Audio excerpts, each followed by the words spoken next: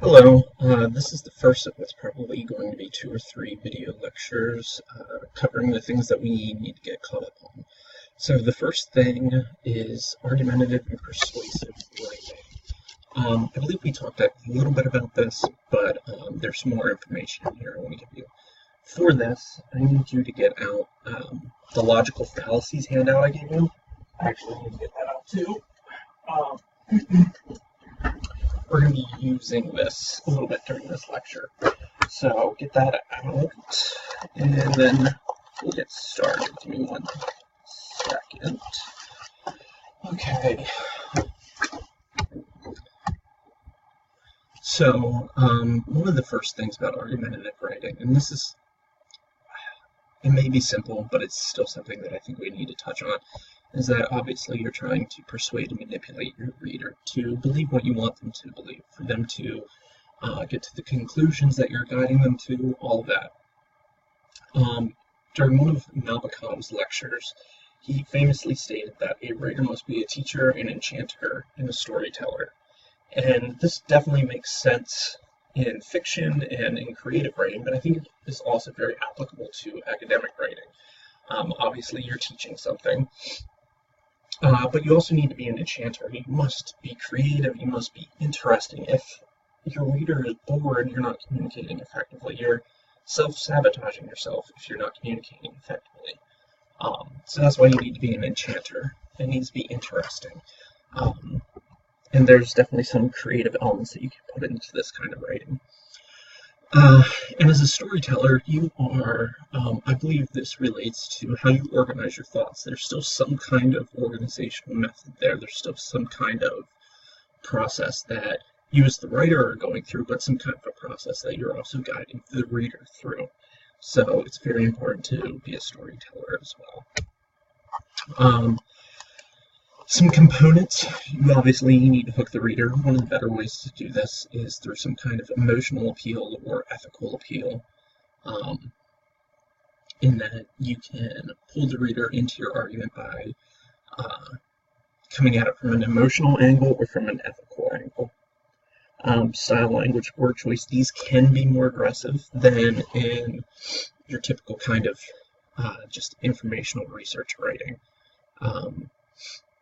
Often we see satire, sarcasm, those sorts of things used in argumentative writing. Structure, there's 5 organizational methods. We talked about this: the story arc, cause and effect, compare and contrast, problem and solution. Those are the main ones. Sequence is another. You're obviously going to be using research to substantiate your argument. There needs to be an effective beginning that hooks the reader, and there needs to be an effective ending that closes out and concludes your argument. Alright, so these things here, you don't need to know what the definition is in the long run, but we're going to be using some of these as we talk about logical fallacies. So logical premise is a statement of reason that what an argument claims will induce or justify a conclusion. So this is a logical premise is that what your argument claims to do will actually lead to the conclusion you need it to. Inductive reasoning is a logical process in which multiple premises, all believed to be true, are combined to obtain a specific conclusion. So this is inductive reasoning is one premise builds off the next, builds off the previous, which builds off the previous one, and so on until we get to the end. Deductive reasoning is the opposite, which is that here's the conclusion, and then I'm going to backwards build all of the premises to prove my conclusion. And then a syllogism is the combination and implementation of everything above. And it's the reasoning from which a conclusion is drawn. So Socrates came up with this idea of logic and reasoning, and I have some silly examples here of how logic works. So we have 2 premises and then a conclusion, and they should test against each other through inductive or deductive reasoning to reach the conclusion. So we have non-renewable resource exists in a finite supply. We know that's true. Coal is a non-renewable resource. We know that's true. So therefore, coal exists in a finite supply. So these 2 premises, through inductive reasoning, these 2 premises lead to the conclusion. Got it. Sometimes it doesn't work though. And this is a test to make sure that your logic stands up. So down here, all birds lay eggs. This should be platypodes. That's the plural. Platypodes lay eggs. Okay, we both know those are true. So our conclusion is that platypodes are birds. Well, that's not true. So through inductive reasoning, we see that that we lead to a conclusion that is not sound. On this handout, I gave you the logical fallacies are broken up into 4 different categories. The categories are what's more important than what the actual name of the fallacies are. So there's fallacies of relevance, which is when evidence irrelevant to the argument is included.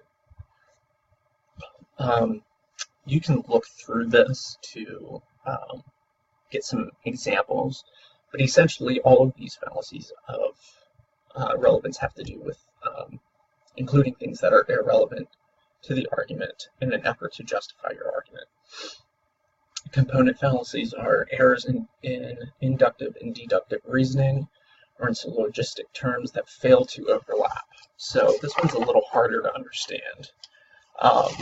So an example of this, circular reasoning is a really good example of this, where essentially you word 2 sentences, 2 arguments, 2 premises, different enough that they sound different, but they're actually the same thing. So an example of a circular argument would be something like former President George Bush is a good communicator because he speaks clearly. There's no actual evidence there. Fallacies of ambiguity, errors resulting from ambiguous word choice or phrasing. So this all has to do with the language and word choices you make.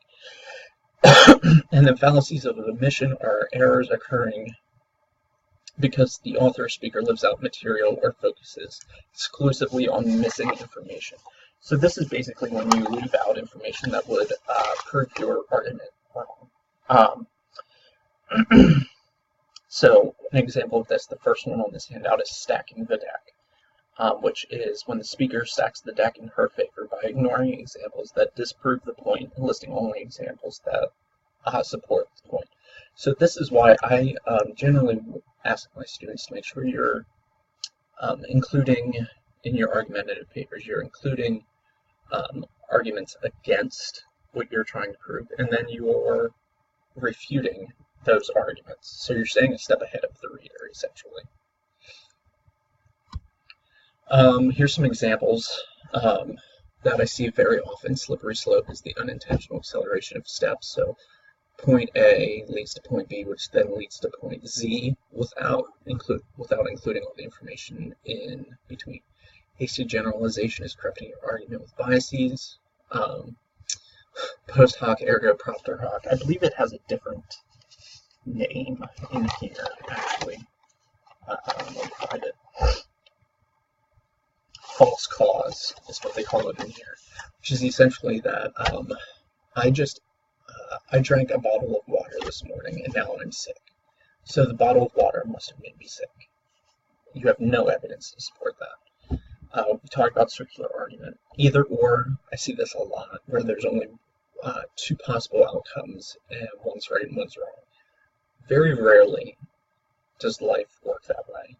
Ad hominem is an attack on the character of a person or an organization rather than their arguments or their behavior. In red herring, we hear this term a lot. It's a diversionary tactic that avoids the key issues by avoiding opposing arguments rather than addressing them. You actually see this a lot in movies, in horror movies or mysteries, where it looks like this person's the killer. And all kinds of signs. The director and the actors put in all kinds of signs to make you think it's this person, but then the killer is really this other person. That false killer is a red herring. Okay, Occam's razor. This is also in the handout. Occam's razor basically means that if you have 2 hypotheses that generally get to the same conclusion, whatever the simpler one is the correct answer. So thou shalt not multiply extra entities unnecessarily, and don't speculate about extra hypothetical components if you can find an equally plausible explanation without. There's an example for Occam's razor on the last page here, and the example they give is that suppose you come home and discover that your dog has escaped from the kennel and chewed large chunks out of the couch. Two possible hypotheses occur to you. The first is that you forgot to latch the kennel door and the dog got out. The second, that requires two entities, you and the dog, and two actions, you forgetting to lock the door and the dog pressing against it. The second hypothesis is that some unknown person skilled at picking locks managed to disable the front door, came inside, set the dog free from the kennel, then snuck out again, covering up any sign of his presence, and then relocked the door, leaving the dog free inside to run amok.